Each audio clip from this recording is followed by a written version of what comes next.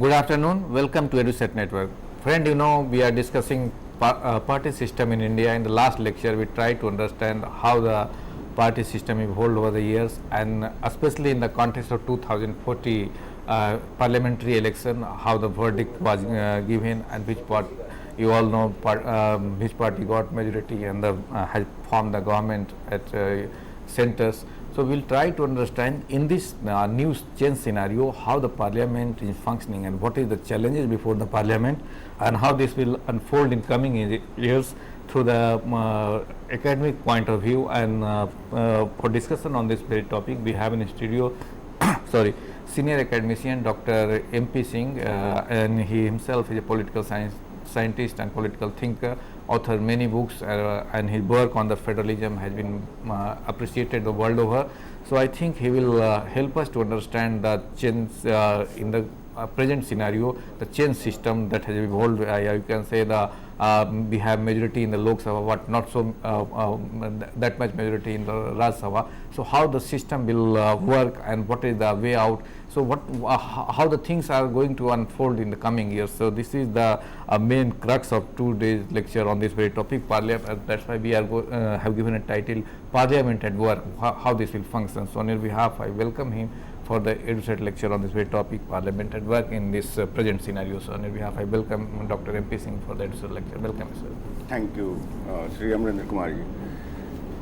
Parliament of India is the central institution of the Indian political system. I say it central institution of the Indian political system for a number of reasons. Number one, Parliament of India is the centerpiece of parliamentary federalism that India has established under its constitution. The constitution begins with the opening declaration in the preamble, "We the people of India are source of all political power, and we resolve to establish a sovereign, socialist, secular, democratic republic, and to ensure to its citizens justice, equality, liberty, and dignity of the nation, and all the important constitutional values that are there in the preamble and various parts of the constitution." So it's the central institution because the doctrine of popular sovereignty that is outlined in the preamble, people as the source of all power. Doctrine of popular sovereignty has been operationalized through the principle of representative government, and the centerpiece of representative government in India is the Parliament of India, and it is elected on the basis of universal adult franchise. The history of the Parliament of India, in tracing the history, we can go back to the earlier days as well, ancient and medieval times as well. But as a matter of fact, there is some difference in comparative parliamentary history in various parts of the world, and Parliament in our history is more a product of modern theories of government than ancient or medieval theories of government. But we can go back to the ancient institutions, ancient Vedic institutions like Sabhas and the Samitis and the Vidathas, which were institutions of direct democracy in ancient India. And these institutions of direct democracy are reminiscent of our parliamentary institution today, but the major difference is that those ancient Indian institutions were product of direct democracy. People directly participated in those institutions, whereas Parliament of India is elected through direct election on the basis of universal adult franchise, but once represented, it becomes the representative forum of legislation, debate and governance for the next 5 years. So it's the principle of popular sovereignty is operationalized through the system of representative democracy, representative government in our country. Now, so ancient and medieval institutions, there are similar institutions which had at least quasi-representative claims, but by and large, the history of the parliament emanates from the democratic reforms that the British Indian government introduced in the country, and these reforms were introduced under the East India Company, under the British Crown, during the rule of the direct rule of the Crown in British Parliament in India. But the earlier institutions, 19th century institutions, were mostly nominated by the executive, and beginning with the 20th century, early 20th century, the principle of representation, principle of representative and responsible government was gradually introduced. Representative government in the sense that elective elements, elected representatives were introduced in smaller numbers in the governor generals or governors councils, and these representatives were elected on the basis of limited extension of franchise. Franchise was not universal as it is today. By the Government of India Act 1935, only about 28.5% of Indians had voting right, men and women both. In this regard, we are ahead of many Western countries where women acquired voting right much later. So, Government of India Act 1935, enacted by the British Parliament for governing India, was based on limited franchise extended to 28.5% of Indian subjects based on property and educational qualifications. So, the present representative institutions, the parliament and state legislatures, can trace their modern origins to these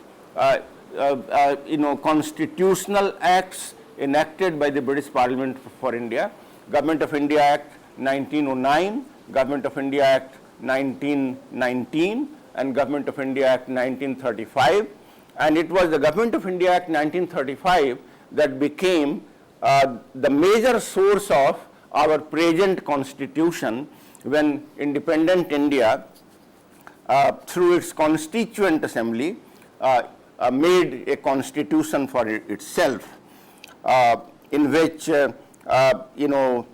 legal luminaries including Dr. B.R. Ambedkar, who was the chairman of the drafting committee, and the best political minds of the period, including Nehru, Patel, Azad, Rajendra Prasad and others took parts. So, that's how our parliament can trace its origins to the limited institutions of representative government, and gradually the early 20th century British constitutional reforms in India also gradually introduced principle of responsible government and federal government. Principle of responsible government and federal government, most of the decisions were largely made by the executive, governor general and governors, provincial governors, but a limited number of legislative powers were invested in the representative institutions, and gradually principle of accountability of the government to the legislature was also gradually introduced. Under the Government of India Act 1919,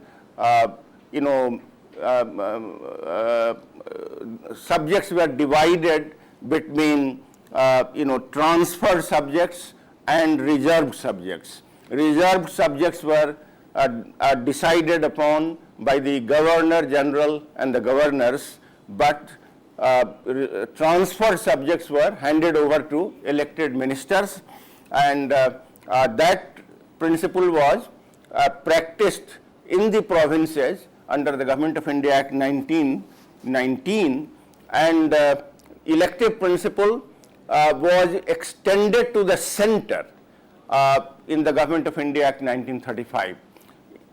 In 1919 Act, ministerial responsibility was introduced only at the provincial level, not at the central level. But in 1935 Act, central level also became subject to ministerial administration and ministerial or legislative control partly. But I must point out that the federal aspect, due to the federal principle was also introduced under the Government of India Act 1935. For the first time, the centralized bureaucratic administration of British India and princely India were sought to be federated, rather confederated, in fact federated into a union, but the princely rulers did not decide to join the union because they wanted to preserve their own traditional rights and feudal rights, and therefore the federal part of the constitution could not be introduced, mainly due to two hurdles. One hurdle was from the princely states, princely rulers, Maharajas and Nawabs, and the second hurdle was the differences between the Congress and the Muslim League on the principle of federal subjects and provincial subjects. There was a great deal of difference between the Congress and the Muslim League, and therefore the federal provisions of the 1935 Act could not be implemented. I mean to say that these early beginnings provided opportunity for Indian political leadership to participate in governance of the country through representative and responsible governments. These institutions became the training ground for our political leadership, and this experience stood in good stead to our national leaders when India became independent, and they used their experience to govern India through the newly created Constitution of India that was enforced on the Republic Day in 1950. Now, before we move on, let me very briefly outline three models of constitutionalism which is relevant to our subject under discussion here. There is one model of parliamentary government that has evolved in the United Kingdom, Britain. There is another model of parliamentary federal governance that has evolved in Canada and other countries of the Commonwealth, Canada, Australia, and later India. And then India began as a part of the British Commonwealth model, but as we moved on, after the commencement of the Constitution in the last 65, 70 years, we have in the last more than 65 years, 67 years, we have charted out a distinctly Indian model which is not exactly a replica of the British Commonwealth model, and therefore that's why I want to discuss this in terms of these three models of parliamentary or parliamentary federal governance. In the British model, the parliament is supreme because British institutions have developed through a historical process in which there was a war or a conflict between the parliament and the crown. There was a conflict for supremacy between the parliament on the one hand and the crown on the other, and after a long war and conflict, parliament eventually became supreme, and the crown became nominal or constitutional. Britain didn't have a revolution. Its institutions have evolved through an evolutionary process, not through revolutionary process. So the crown, which was all powerful to begin with, has gradually become constitutionalized with nominal powers, and all powers that were earlier exercised by the crown, they have gradually passed on to the parliament. So British constitutionalism is based on the principle of parliamentary sovereignty, as Dicey, Albert Venn Dicey has written a very eminently readable book, which is still being read in English-speaking countries, including India, an introduction to the study of the study of the law of the Constitution. And in this book, Dicey has deciphered three basic principles of British constitutionalism: parliamentary sovereignty, number one, rule of law, and number three, constitutional conventions. So and that's a hierarchy of values. Parliamentary sovereignty is the highest constitutional value. So in British system, the parliament is sovereign and supreme, at least in principle. In practice, there are constraints, legal constraints. In principle, there are legal constraints within the system.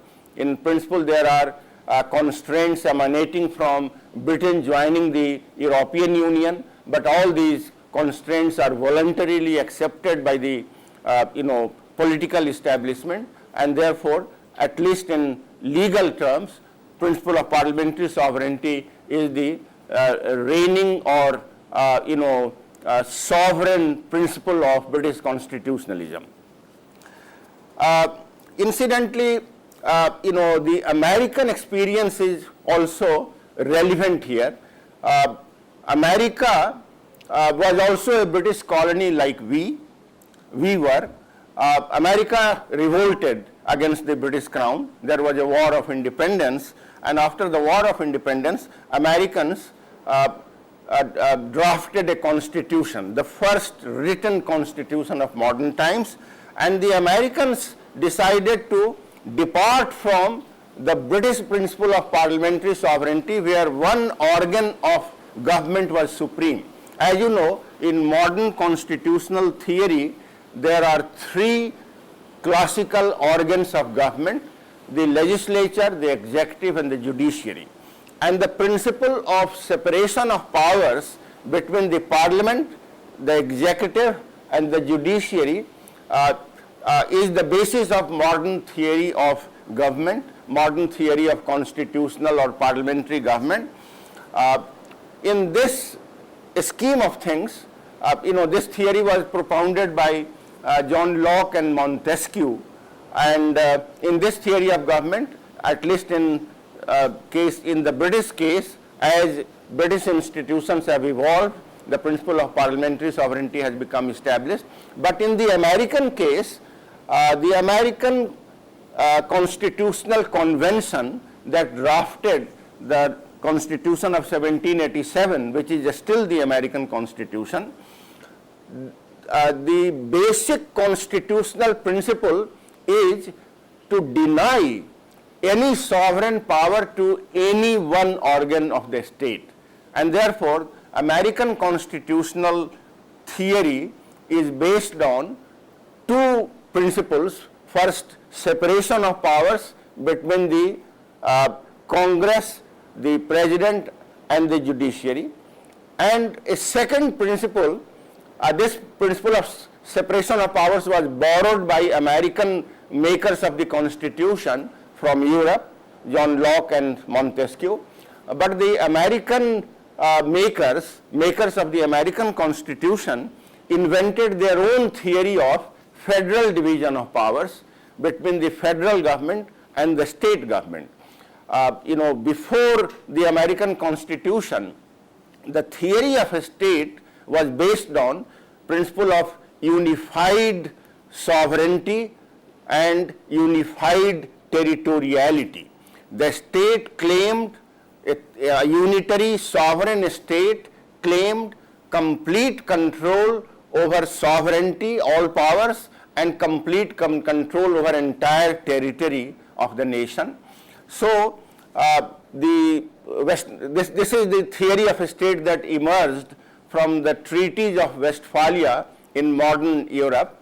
American federal theory modified this Westphalian theory of a state sovereignty, and they divided sovereignty between the federal government and the state governments. Some powers were reserved or given, some powers were given to the central government by the Philadelphia Convention, and some powers were given by the Constitution to the state governments. So the American theory of government, the American Constitution, is based on combination of theory of separation of powers and theory of federal division of powers, and the two theories, separation of powers on the horizontal plane and division of powers on the vertical plane, make the American constitutional theory one in which power is controlled by power, and none of the organs of the government is given complete sovereignty over the others in the Constitution. So the American principle is different from the British principle. These are the two classical constitutional theories which must be understood first if we want to understand Indian constitution, Indian constitutional theory or Indian constitutionalism, and the place of the parliament within it. Indian constitution does not accept the British principle of parliamentary sovereignty, nor does it accept the unrestrained or complete theory of separation of powers and division of powers that America has adopted. India has devised its own constitutional theory, and this kind of modification in fact is not made only in India. In fact, first such modification in constitutional theory of the United Kingdom and the United States was made by Canada in 1867. The Canadian Constitution created the first parliamentary federal system in the world, and later Australia adopted a similar constitution in 1901, and India adopted a similar constitution in 1949-50. So I'm trying to put forward various constitutional models in comparative political theory and practice, and I'm trying to locate India within that. India can be called, or India has been called, a parliamentary federal system in which parliament is the centerpiece of the entire system of government, and despite acceptance of the theory of separation of powers, in our case, as partly in case of UK and Canada, complete separation of powers in the American sense is not possible in parliamentary system, because in parliamentary system the parliament and the executive are partly fused.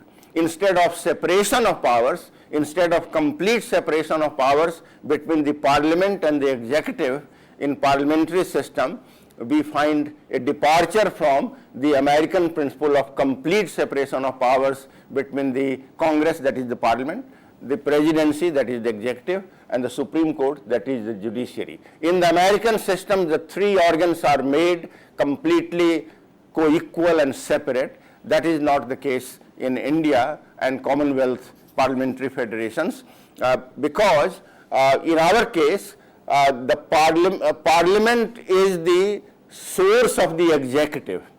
Parliament and the cabinet cannot be completely separate, because it is from the parliament that the Council of Ministers springs. Council of Ministers springs from the parliament. Parliamentarians are members of the Council of Ministers. No person who is not a member of parliament can become a minister, which is always the case in America. But in our case, only a member of parliament can become a minister, or if one is not a minister at the time of joining the Council of Ministers, one has to become a member of parliament within a span of 6 months. Arun Jaitley, for example, lost the election from Amritsar for Lok Sabha, but he has become a member of the Council of Ministers, and within he would obviously become a member of parliament, a member of the Rajya Sabha. In fact, I believe he continues to be a member of the Rajya Sabha, because Rajya Sabha is a chamber that is not dissolved along with the Lok Sabha. It is a continuous chamber. It is in continuous session. It is not a continuous chamber. It is in continuous session, which is never dissolved, and parts of Rajya Sabha membership is renewed at a periodic interval. So if a minister is not a member of the parliament, one has to become a member in 6 months. Jaitley, for example, could have contested a by-election later on, a Lok Sabha from a Lok Sabha constituency to retain his ministership. But in this particular case, he is already a member of the Rajya Sabha, and if his term comes to an end, he can be re-elected a Rajya Sabha member. So complete separation of powers between the cabinet and the parliament is not possible. Instead of separation of powers, there is fusion of powers in our case, but the judiciary is separate. The principle of separation of powers applies to the judiciary, because the Constitution of India takes great care to make the judiciary separate as well as independent from the legislative and parliamentary, legislative and executive control. There is accountability of the judges to the parliament in a sense, because but this accountability is very different from the accountability of ministers. A minister is accountable to the parliament every day and subject to parliamentary criticism and questioning every day. Judges are not. In fact, their conduct is not expected to be subject to parliamentary discussion unless and until a charge is brought to the parliament for removal of a judge. In the ultimate case of removal on the charge of misconduct, misdemeanor or incapacity, a judge can be removed from his office. A Supreme Court judge or a High Court judge can be removed, and that in that removal the parliament plays the crucial role. The two houses of the parliament must agree by 2/3 resolution for the removal of a judge, and then the President of India can remove a judge. So there is accountability of the judges to the Parliament, but accountability of judges to the Parliament is in the final analysis of removal, not day-to-day control, the kind of day-to-day accountability and control that exists in the case of ministers.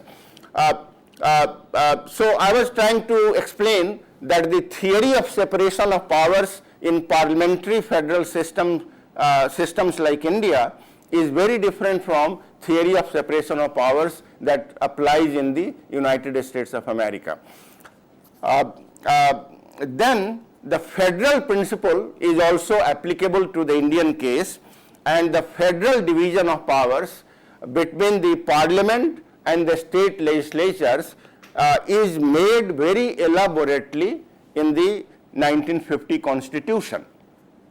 In fact, the division of powers made by the Government of India Act 1935, the Constitution Act that preceded the present Constitution of India, there also we had 3 lists, and we have borrowed and modified the 3 lists in the Government of India Act in the 7th schedule of our present Constitution. And the 7th schedule of the Constitution includes 3 lists of subjects: union list, state list, and concurrent lists. Union lists are the subjects on which the Parliament of India can make laws.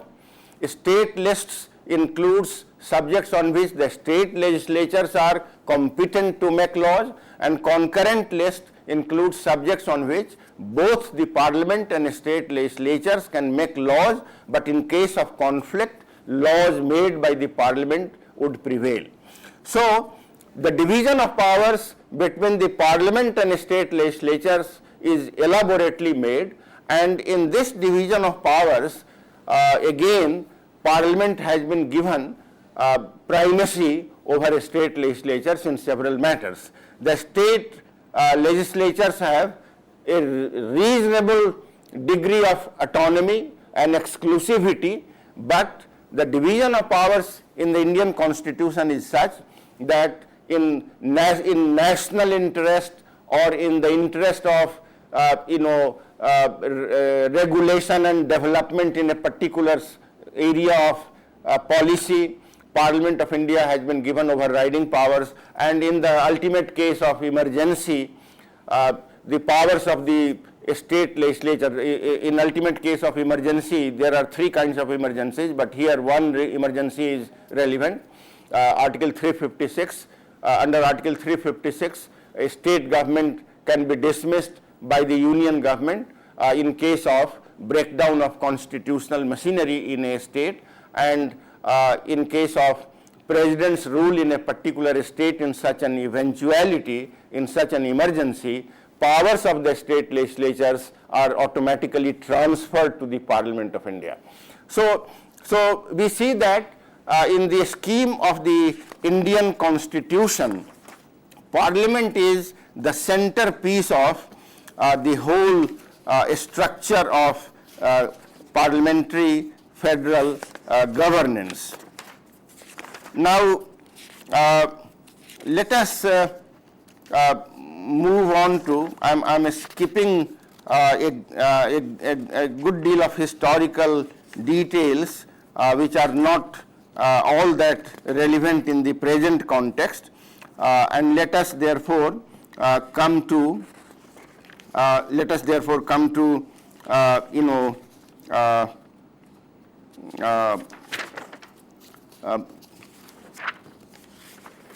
the principle of bicameralism in our Constitution. By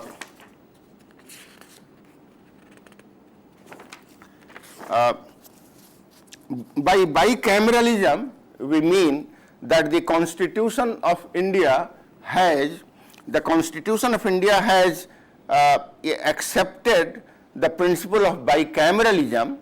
Parliament is divided into 2 chambers, the Rajya Sabha and the Lok Sabha. The Rajya Sabha represents the federation in the sense that the Rajya Sabha represents the states of the union, whereas the Lok Sabha represents the nation. Lok Sabha is the national chamber, whereas the Rajya Sabha is the federal second chamber. Now, the principle of bicameralism that India has adopted is also impacted by, also influenced by the kind of parliamentary federal principle of government that we have adopted. I am saying this, let me illustrate what I mean by it. Now,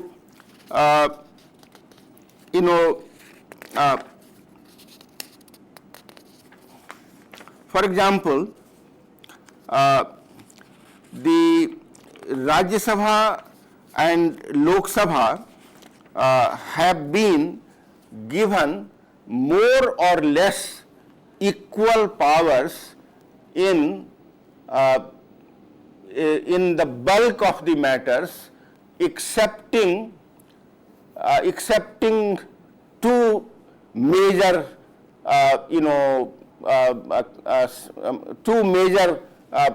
two major subjects to begin with. The Rajya Sabha does not have final financial powers, final financial control, in the sense that the Rajya Sabha participates in financial matters, approval of fiscal measures, financial measures, money bills, budget, etc. But the Lok Sabha has primacy in financial and money matters. So, under the principle of parliamentary government, as the representative of the people, as the chamber that represents the principle of popular sovereignty, the Lok Sabha controls the strings of the purse. Money matters are controlled by the Lok Sabha in the final sense. Rajya Sabha has opportunity to give its opinion and participate in the debate and suggest modifications, but when it comes to crunch, the final decision rests with the Lok Sabha. So, this is one matter in which the Lok Sabha is more powerful than the Rajya Sabha. There is another important power that has been exclusively given to the Lok Sabha. This is regarding the non-confidence motion. The custodian of parliamentary trust in the government is the Lok Sabha. If the government, if a motion of confidence is moved against the government, it is in the Lok Sabha that it can be moved, and if the government loses a confidence motion or a motion of trust or confidence in the government falls. So, the survival of the government depends on the trust or confidence of the Lok Sabha. So long as the government enjoys the confidence of the Lok Sabha, it is in office. The Rajya Sabha doesn't have this exclusive power. But in all other matters, the Rajya Sabha, in all other matters of in other matters of law making, in other matters of legislation, law making, the Lok Sabha and the Rajya Sabha have equal powers. In normal law making, excluding money matters, excluding confidence or trust motions, excluding these matters, the two houses have more or less similar powers, and therefore, if there is a disagreement on any bill, any legislation, any legislative bill between the two houses, the disagreement can be broken only by a joint session of the two houses. So, the Lok Sabha cannot just reject an opinion expressed by the Rajya Sabha on any legislative bill. If the two houses differ, the constitution provides for a joint session of the two houses to break that deadlock. In the joint session of the two houses, normally the Lok Sabha is likely to win because it has larger membership than the Lok Sabha.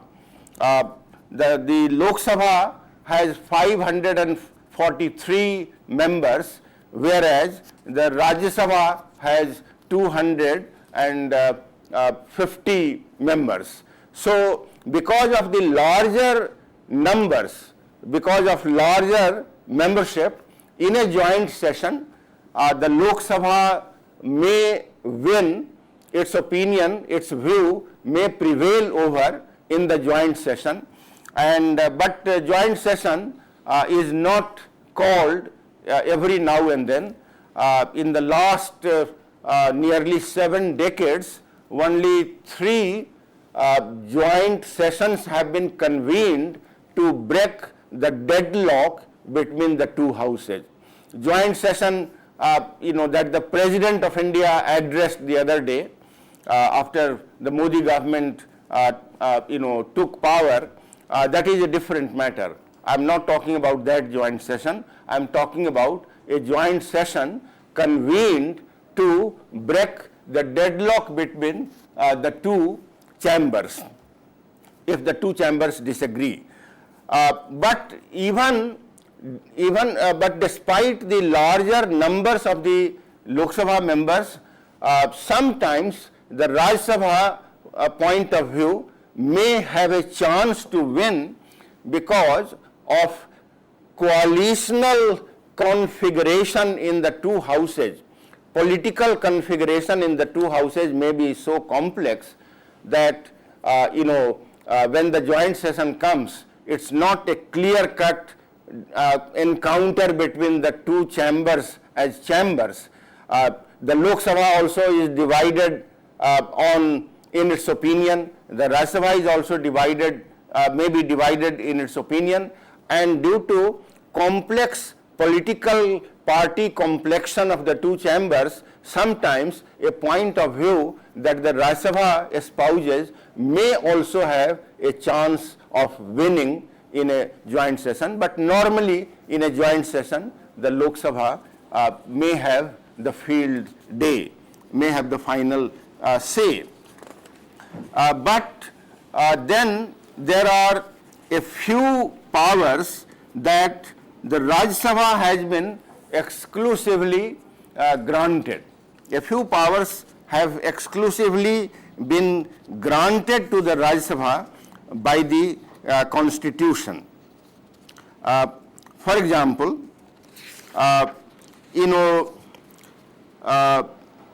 the first exclusive power given to the Rajya Sabha is the one which stipulates that the Rajya Sabha may by a resolution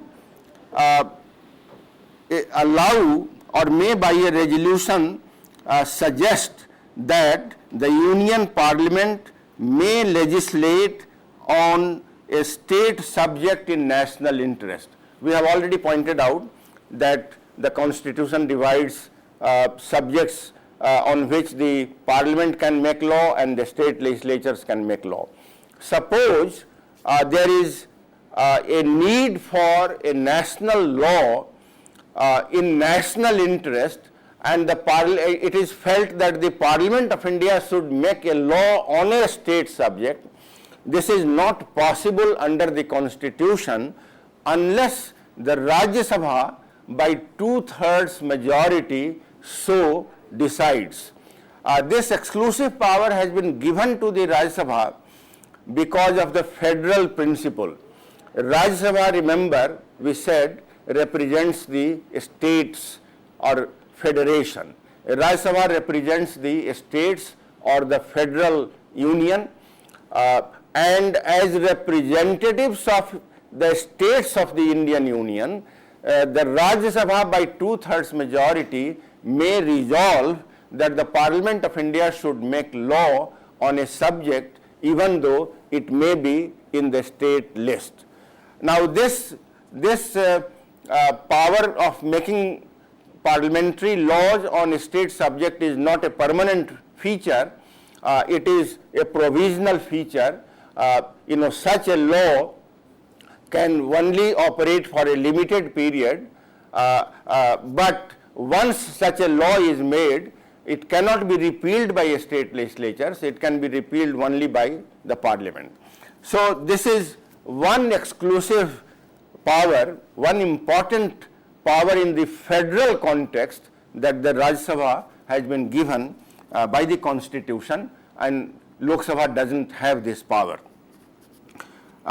Another important matter in which the constitution has given a special powers to the Lok Sabha is in the matter of creation of a new All India service. In our country, we have three categories of services. We have under the constitution. The central, we have the central services which work for the union government. We have the state civil services that work for the state governments.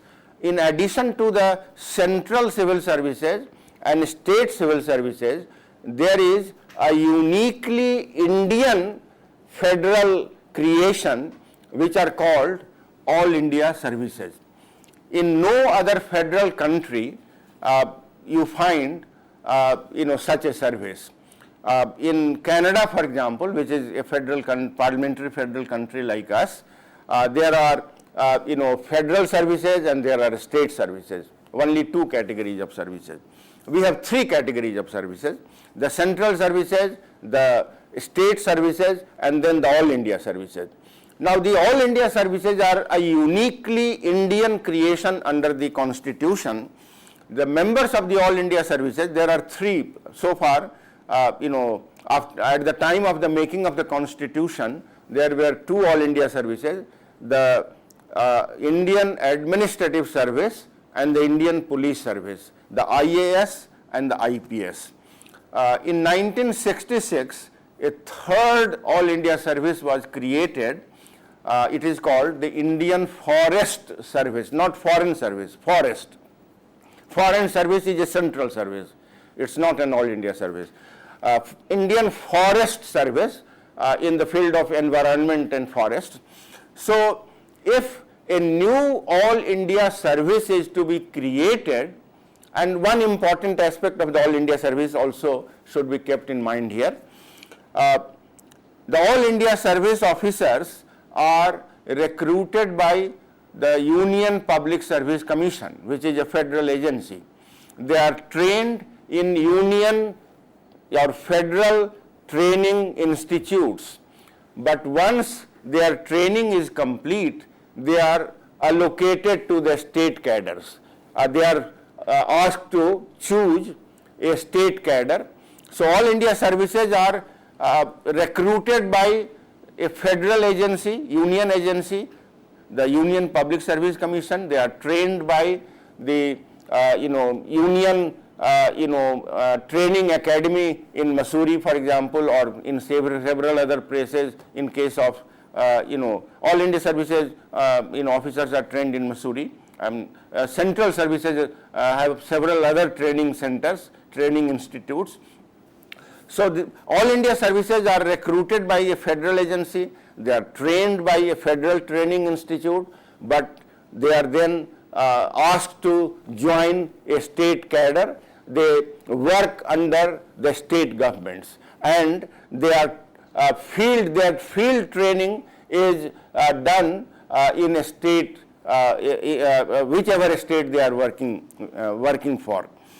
All India service officers, not all of them, but a few of them, a proportion of them, less than 50%, I suppose, they often they are loaned, they are requisitioned by the union government, and the state government allows them to work for the union government for a limited period, and then they again go back to their state cadre.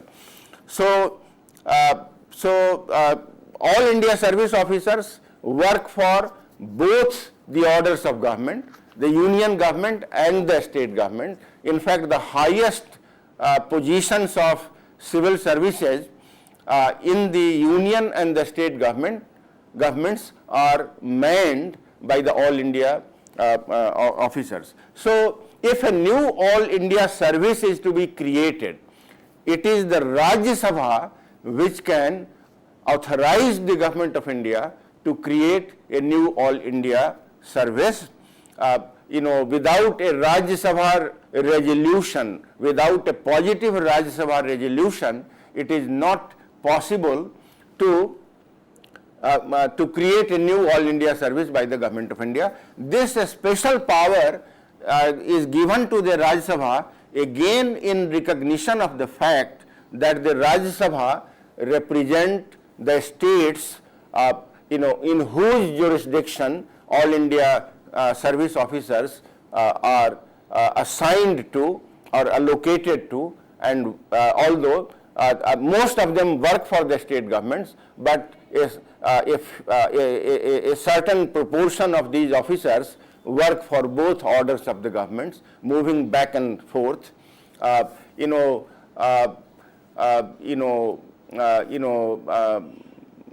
One typical IAS officer I know of worked for about 30 years and in Bihar cadre. He was a Bihar cadre IAS officer. In his entire 30 years of service, he worked 15 years for the government of India and 15 years for the government of Bihar. Not continuously 15 years, but in a split times, in a split of divided stints, in divided phases, but the total span of 15 years for the government of Bihar and 15 years for the government of India. So, in recognition of the representative, in recognition of being the representatives of the states, Rajya Sabha has been given this special power to allow the government of India to create a new All India service.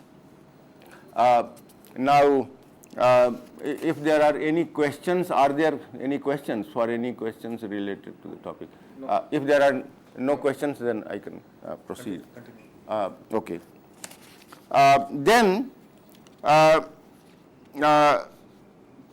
So these are some of the special powers enjoyed by the Rajya Sabha under the Constitution. A few other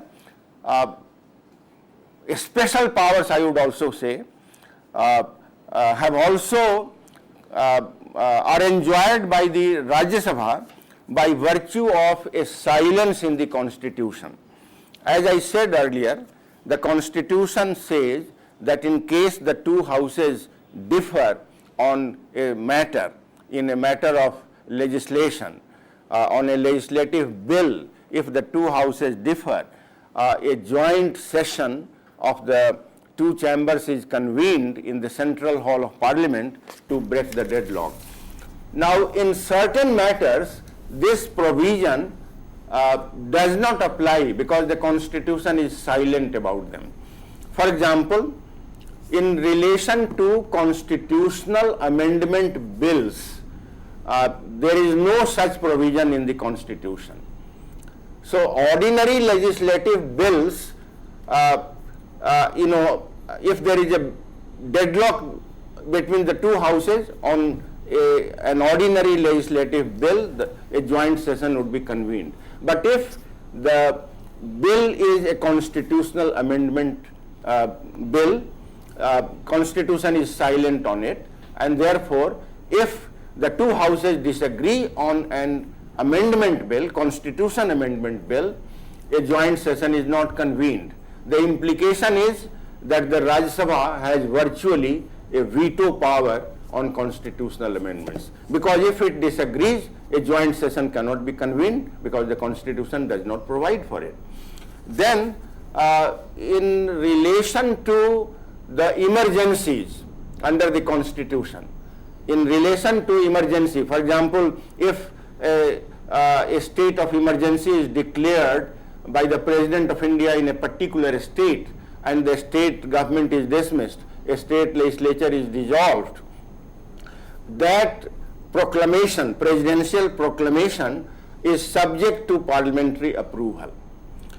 Now, suppose it is to be approved by the both houses of the parliament. Again, in case of approval of emergency proclamations by the president, the constitution is silent. There is no provision for a joint session, and therefore, in this matter also, the Rajya Sabha has equal powers with the Lok Sabha. Then again, in relation to the impeachment of the president, the constitution has a provision for impeachment of the president. If there are charges against the president of misconduct, misdemeanor, or incapacity or whatever, a president of India can be removed from office by parliamentary resolutions, and in case of impeachment provision also, the constitution doesn't provide for a joint session, and therefore in impeaching a president of India, the two houses again enjoy equal powers. In relation to removal of a Supreme Court judge or a High Court judge from office, again the constitution is silent. There is no provision for joint session, and therefore the two houses come to have equal powers. So even though the Rajya Sabha, even though the federal second chamber is hampered, even though the federal second chamber is affected by the dominance of the parliamentary principle in the constitution, and the recognition of the parliamentary principle or supremacy of the parliament is reflected in this principle is reflected in no confidence motion exclusively given to the Lok Sabha, final decision in relation to money bills exclusively given to the Lok Sabha. So the parliamentary principle of government privileges the Lok Sabha, but the federal principle of government, which our constitution also incorporates, privileges the Rajya Sabha, because Rajya Sabha is the federal second chamber. If the Lok Sabha represents the popular sovereignty of the nation, Rajya Sabha represents the will of the federation or states of the Indian Union. So, parliamentary principle privileges the Lok Sabha and federal principle privileges the Rajya Sabha. So, these are some important powers that the Rajya Sabha still enjoys. And while discussing the parliamentary institution, these aspects are often forgotten, and generally people say that the Rajya Sabha is a powerless chamber. What is its relevance? I don't agree with that. Yeah, it's a good point. So, well friends, with these words we like to conclude the lecture. I thank all of you for watching the lecture. On your behalf, I thank Dr. M.P. Singh for giving such an insightful lecture on this very topic. Thank you very much.